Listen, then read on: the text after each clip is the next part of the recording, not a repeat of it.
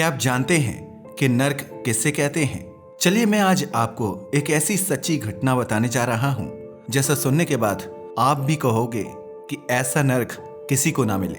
ये सच है कि इंसान साइंस में बहुत तरक्की करता जा रहा है। इंसान जितने खतरनाक केमिकल्स का यूज करना सीख रहा है, हमें उसका बेनिफिट तो मिल ही रहा है, लेकिन इन सब चीजों की वजह से कुछ ऐसी घटनाएं भी देखने को मिलती हैं जो इंसानियत को हिला कर रख देती हैं।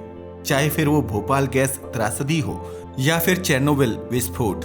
मगर आज हम आपको एक ऐसी घटना बताएंगे जिसके बारे में शायद आपने कभी सुना नहीं होगा, और सुनते भी कैसे। इसमें जापान की एक बड़ी कंपनी का नाम जो शामिल था। वैसे आपने मरने के बाद वाले नरक के बारे में तो बहुत कुछ सुना होगा। जब भी कोई बुरा कर्म करता है तो लोग कहते हैं कि नरक में जाएगा। मगर आज हम एक ऐसे इंसान की बात करने वाले हैं जिसे जीते जी अपनी जिंदगी में नरक झेलना पड़ा, वो भी 1-2 दिन नहीं बल्कि पूरे 83 दिन। आखिर क्या हुआ था इस आदमी के साथ, और क्यों कहा जाता है कि चाहे जिंदगी में कुछ भी हो जाए मगर किसी को इसके जैसी मौत ना मिले। यकीन मानिए, पूरी कहानी जानकर आपके रोंगटे खड़े हो जाएंगे और आप सोचने पर मजबूर हो जाएंगे कि क्या इंसान लालच में इतना अंधा हो चुका है कि अपने छोटे से लालच के लिए वह कुछ भी कर गुजरने को तैयार हो जाता है। पूरी कहानी जानने के लिए आपको हमारी वीडियो को एंड तक देखना होगा। चलिए शुरू करते हैं। ये कहानी है सितंबर 1999 की, जब हिसाशी ओउची नाम का एक जापानी लड़का एक बहुत बड़ी कंपनी में काम करता था। अगर बात की जाए इसके वर्क प्लेस की, तो यह जापान की JCO यानी जापानी न्यूक्लियर फ्यूल साइकिल कंपनी में काम करता था। असल में जापान की इस कंपनी का काम था जापान में इलेक्ट्रिसिटी को प्रोड्यूस करने वाली कंपनियों के लिए फ्यूल सप्लाई करना। अगर बात की जाए यहाँ बनने वाले फ्यूल की, तो यह कोई सामान्य फ्यूल नहीं होता था, बल्कि यह न्यूक्लियर फ्यूल होता था, जिसे बनाने के लिए यूरेनियम का बड़े स्तर पर उपयोग किया जाता था, जिसकी वजह से JCO कंपनी का यह प्लांट किसी न्यूक्लियर पावर प्लांट से कम खतरनाक नहीं था, या फिर यूं कहें कि यह तो न्यूक्लियर पावर प्लांट से भी ज्यादा खतरनाक था। अब आप सोच रहे होंगे कि हम ऐसा क्यों कह रहे हैं, तो बताते चलें, क्योंकि न्यूक्लियर पावर प्लांट में तो सबको पता होता है कि यह डेंजरस है, लेकिन यह इलेक्ट्रिसिटी फ्यूल के नाम पर बहुत खतरनाक स्तर का प्लांट था। साथ ही न्यूक्लियर पावर प्लांट में सेफ्टी प्रोटोकॉल का इस्तेमाल किया जाता है, मगर इस इंडस्ट्री में ऐसा कुछ भी नहीं था। जबकि आप जानकर हैरान रह जाओगे कि यहाँ होने वाली फ्यूल मेकिंग के लिए बहुत सारे खतरनाक मटेरियल उपयोग किए जाते थे, जिन्हें स्टील या फिर मेटल से बनी बाल्टी के अंदर खुले में ही लाया जाता था। मगर इतना ही नहीं, एक्सट्रीम लेवल का डेंजरस होने के बावजूद इस प्लांट में बहुत सारे प्रोसीजर्स मैनुअली ही कराई जाती थी, जैसे कि फ्यूल बनाने के लिए केमिकल्स को आपस में मिक्स करना, उसमें यूरेनियम आदि डालना। यह काम ऑटोमेटिक मशीन से नहीं होता था, इसलिए इस काम को यहाँ काम करने वाले वर्कर्स मैनुअली ही करते थे। मगर उनमें से किसी को भी इस बात का डर नहीं था कि यहाँ पर कुछ भी खतरनाक हो सकता है। ऐसा इसलिए क्योंकि इससे पहले कोई खतरनाक हादसा नहीं हुआ था, इसलिए ना तो कंपनी ज्यादा सेफ्टी पर ध्यान देती थी और न ही वहां काम करने वाले वर्कर्स को ज्यादा चिंता रहती थी। शायद ऐसा इसलिए भी क्योंकि वर्कर्स ज्यादा पढ़े लिखे नहीं होते थे, जिसकी वजह से उनको पता ही नहीं था कि जिन केमिकल्स के साथ वे दिन रात काम कर रहे हैं वे रेडियो एक्टिव हैं। ऐसे ही सालों से यह कंपनी चलती आ रही थी। मगर फिर अचानक से एक ऐसा हादसा हुआ जिसने इस कंपनी को न केवल जापान में बल्कि पूरी दुनिया के सामने शक के घेरे में लाकर खड़ा कर दिया। असल में कुछ दिनों से इस कंपनी का प्रोडक्शन काफी धीमा था, क्योंकि वे फ्यूल की डिमांड को पूरा नहीं कर पा रहे थे। इसलिए अपने प्रोडक्शन को बूस्ट करने के लिए इस कंपनी ने अपने प्लांट में यूरेनियम की क्वांटिटी को थोड़ा सा बढ़ा दिया। जैसे पहले तो इस कंपनी में केवल 5% यूरेनियम का इस्तेमाल किया जाता था, मगर अब कंपनी वाले 5% से ज्यादा यूरेनियम डालने लगे, जिसकी वजह से फ्यूल के प्रोडक्शन की स्पीड बढ़ गई। मगर उन्हें नहीं पता था कि यूरेनियम में की गई यह छोटी सी हेरफेर इस कंपनी के इतिहास को बदल कर रख देगी। ऐसे ही एक दिन सुबह 10:30 बजे के करीब अचानक से जिस टैंक में फ्यूल को बनाने वाला मिक्सर रखा जाता था, उसमें से तेज ब्लू लाइट निकली, जिसके बारे में किसी को कुछ नहीं पता था। वैसे ही हम आपको बताते चलें कि ये ब्लू लाइट यूरेनियम की बढ़ी हुई मात्रा की वजह से निकली थी। मगर जब यह घटना घटी तो उस टैंक के पास हिसाशी ओउची और उसके 2 वर्कर्स भी खड़े हुए थे। इन्हें नहीं पता था कि यह ब्लू लाइट क्या है, मगर यह जो ब्लू लाइट निकल रही थी वह रेडिएशन था, जिसकी चपेट में ये तीनों लोग आ गए थे, क्योंकि ये टैंक के नजदीक काम कर रहे थे। वैसे हमें पता है कि अब आप सोच रहे होंगे कि रेडिएशन की चपेट में आते ही उनकी मौत हो गई होगी, क्योंकि इंटरनेशनल रेडिएशन लिमिट्स के अकॉर्डिंग एक रेडिएशन जोन में काम करने वाला स्टाफ एक साल में 20 मिली सीवर्ट से कम का रेडिएशन ही झेल सकता है। वैसे अब आप सोच रहे होंगे कि आखिर यह सीवर्ट क्या होता है, तो हम आपको बताते चलें कि सीवर्ट रेडिएशन की एक यूनिट होती है जिसका इस्तेमाल ह्यूमन पर रेडिएशन के हेल्थ रिस्क को मापने के लिए किया जाता है। तो जहां साल भर में केवल 20 मिली सीवर्ट रेडिएशन ही इंसान की बॉडी झेल सकती है, मगर आप जानकर हैरान रह जाओगे जब आपके सामने यह सच आएगा कि इन तीनों की बॉडी ने कितनी सीवर्ट का रेडिएशन एक साथ कंज्यूम किया था। असल में इन तीनों ने एक झटके में ही इतना खतरनाक रेडिएशन झेला था जिससे किसी भी इंसान की दर्दनाक मौत हो सकती है, और वह मौत कितनी दर्दनाक होगी इसकी तो कल्पना भी नहीं की जा सकती। मगर हम आपको बताते चलें कि इनके साथ मौत भी सिंपल नहीं होने वाली थी, क्योंकि अब इनके साथ जो भी होने वाला था यह सब कुछ एक झटके में नहीं होता, बल्कि यह सब बहुत धीरे धीरे होना था। असल में जैसे ही हिसाशी ओउची इस रेडिएशन की चपेट में आया तो वह तुरंत ही बेहोश हो गया, जिसकी वजह से लोगों को लगा कि यह बस बेहोश है, इसको अस्पताल में ले जाएंगे और यह जल्दी ठीक हो जाएगा। अब हिसाशी और उसके दोनों साथियों को फटाफट से एम्बुलेंस में डालकर यूनिवर्सिटी ऑफ टोक्यो नाम के हॉस्पिटल में ले जाया गया। शुरू में सब कुछ सामान्य लग रहा था, मगर जैसे ही डॉक्टर को इस पूरी घटना के बारे में पता चला तो डॉक्टर ने सबसे पहले इनकी बॉडीज का रेडिएशन चेक किया।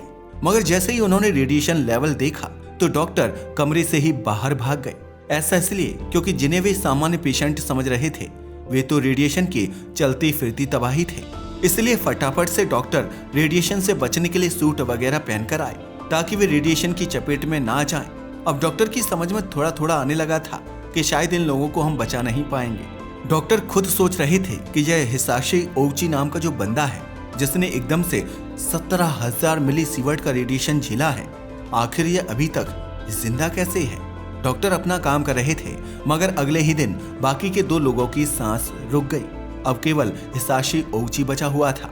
धीरे धीरे इसकी बॉडीज के टेस्ट होने लगे। जब उसकी बॉडी का पूरा टेस्ट किया गया तो पता चला कि इस इंसान का डीएनए उस रेडिएशन की वजह से पूरी तरह से नष्ट हो चुका है, मगर फिर भी यह भी जिंदा है।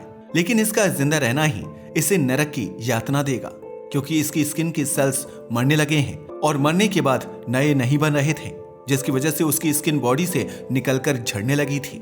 साथ ही डीएनए के डिस्ट्रॉय हो जाने की वजह से उसकी न केवल स्किन ही खराब हो रही थी, बल्कि उसकी बॉडी के अंदर के ऑर्गन्स और टिश्यूज भी धीरे धीरे करके डेड हो रहे थे। वैसे हम आपको बताते चलें कि स्टार्टिंग में ही उसकी बॉडी के साथ यह सब जो हो रहा था वह किसी को दिखाई नहीं दे रहा था।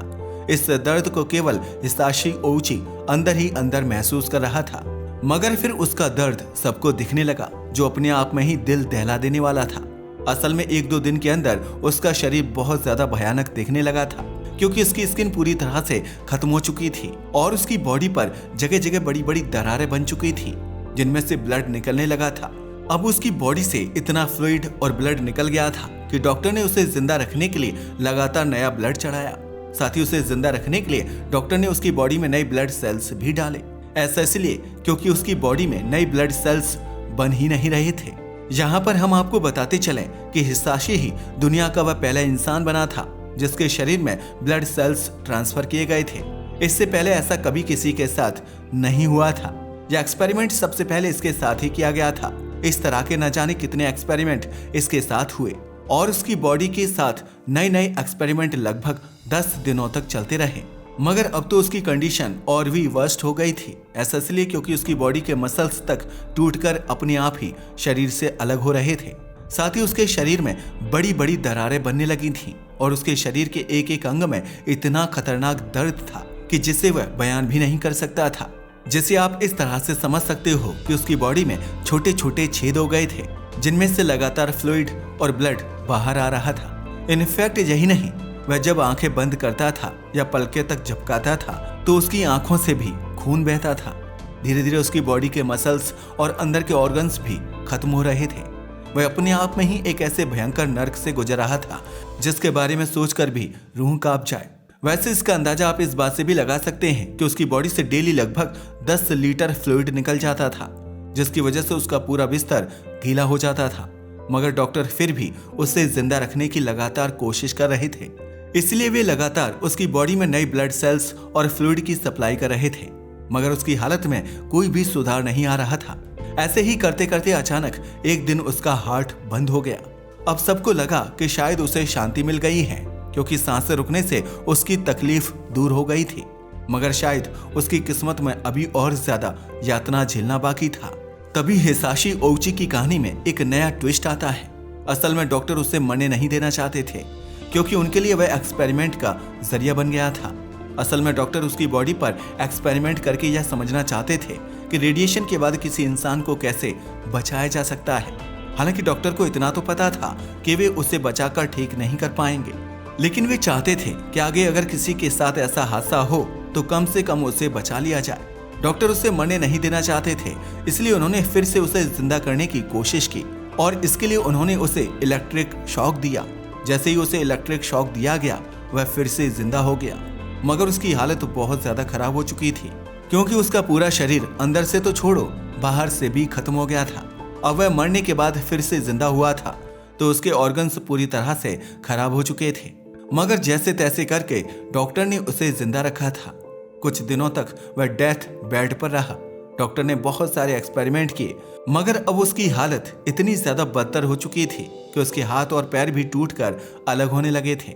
मगर डॉक्टर ने फिर भी जैसे तैसे करके उसकी बॉडी को स्टेबल रखा और फिर डॉक्टर ने भी अपने हाथ खड़े कर लिए। इसके बाद डॉक्टर्स ने उसकी फैमिली को बुलाकर समझाया कि अगर अब उसके दिल की धड़कन रुकती है तो वे परमिशन दें कि हम इस इंसान को जिंदा ना करने की कोशिश करें, क्योंकि अब डॉक्टर भी समझ चुके थे कि अब उसका दुनिया से चला जाना ही बेहतर सॉल्यूशन है, क्योंकि यह अब जिंदा तो नहीं हो पाएगा, मगर जब तक यह दुनिया में रहेगा यह इसी तकलीफ को झेलता रहेगा। और फिर आखिरकार हॉस्पिटल में 83 दिन की खतरनाक तकलीफ और दर्द झेलने के बाद उसका दिल फिर से बंद हो गया और उसकी आत्मा को शांति मिल गई। और शायद उन डॉक्टरों को भी जो इसके ऊपर एक्सपेरिमेंट कर रहे थे, क्योंकि भले ही फ्यूचर में रेडिएशन का शिकार हुए लोगों को बचाने के लिए डॉक्टर को हिसाशी ओउची की बॉडी से इंफॉर्मेशन मिल रही थी, मगर जैसे जैसे दिन गुजर रहे थे उसकी बॉडी की हालत बद से बदतर हो रही थी, जिसकी वजह से अब डॉक्टर को भी उस पर तरस आने लगा था। और अब तो वे भी मन से चाहने लगे थे कि जल्द से जल्द हिसाशी ओउची को इस दुखदाई जिंदगी से मोक्ष दिया जाए। और फिर उन्होंने ऐसा ही किया, लेकिन डॉक्टर अपनी मर्जी से कुछ नहीं कर सकते थे। इसमें फैमिली की रजामंदी भी जरूरी थी, इसलिए फैमिली को बुलाकर पहले सब कुछ डिस्कस किया गया। इसके बाद ही डॉक्टर यह फैसला ले पाए। वैसे यह सोचने वाली बात है कि इस पूरी घटना में हिसाशी ओउची की तो कोई गलती भी नहीं थी। इनफैक्ट उसे तो पता भी नहीं था कि जिस केमिकल के साथ वह एक्सपेरिमेंट कर रहा है उसके इतने भयानक परिणाम भी हो सकते हैं। उसे तो कंपनी की तरफ से जो बोला जा रहा था वह तो बस उसे ही फॉलो कर रहा था, मगर वह नहीं जानता था कि कंपनी की एक छोटी सी गलती की वजह से वह इतनी तकलीफ झेलेगा जो शायद आज तक किसी ने भी नहीं झेली थी और शायद ऐसा कभी किसी के साथ होगा भी नहीं।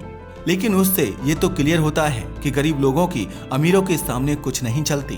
तभी तो जापान की इस कंपनी के ऊपर कई बार इंक्वायरी बैठी, जिसमें कंपनी को दोषी भी पाया गया, क्योंकि कंपनी ने वहां काम करने वाले लोगों की जान की फिक्र नहीं की थी।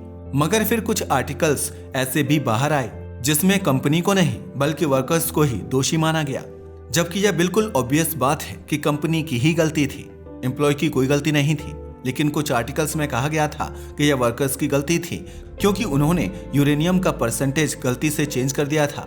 मगर यह तो आप भी समझ सकते हैं कि गलती किसकी रही होगी। मगर यह बात मायने ही नहीं रखती, क्योंकि जेसीओ वह एक बहुत ही बड़ी कंपनी है जिससे लड़ने की ताकत एक छोटे से एम्प्लॉय की फैमिली में नहीं थी। हालांकि इससे जापान के वर्किंग कल्चर का सच पूरी दुनिया के सामने जरूर आ गया था। इससे यह क्लियर हो गया था कि जिन देशों को हम अपने आप से एडवांस समझते हैं और वहां के वर्किंग कल्चर की तारीफों के पुल बांधते हैं, वहां पर भी ऐसी घटनाएं होती रहती हैं। हाँ, वो बात अलग है कि भारत जैसे देशों में जब ऐसी घटनाएं होती हैं तो पूरी दुनिया का मीडिया और मानवाधिकार आयोग वाले बखेड़ा खड़ा कर देते हैं। लेकिन बड़े देशों में जब ऐसी घटनाएं होती हैं तो सब दुम दबाकर चुपचाप बैठ जाते हैं, क्योंकि उनके पास उन देशों के लिए कोई सवाल ही नहीं होते। मगर यह दुनिया की सबसे पेनफुल घटना थी, जिसमें एक लड़के ने 83 दिन तक नर्क से भी भयंकर दर्द को झेला था। वैसे आपका इसके बारे में क्या ख्याल है? क्या कंपनी को सजा होनी चाहिए थी या फिर सच में वर्कर्स की ही इसमें गलती थी? और अगर सच में वर्कर्स की ही गलती थी तो कंपनी ने इस पर पहले से ध्यान क्यों नहीं दिया? अपनी राय को हमें कमेंट करके बताना ना भूलिएगा। साथ ही अगर आपको हमारी वीडियो पसंद आए तो इसे लाइक और हमारे चैनल को सब्सक्राइब करना ना भूलें। धन्यवाद।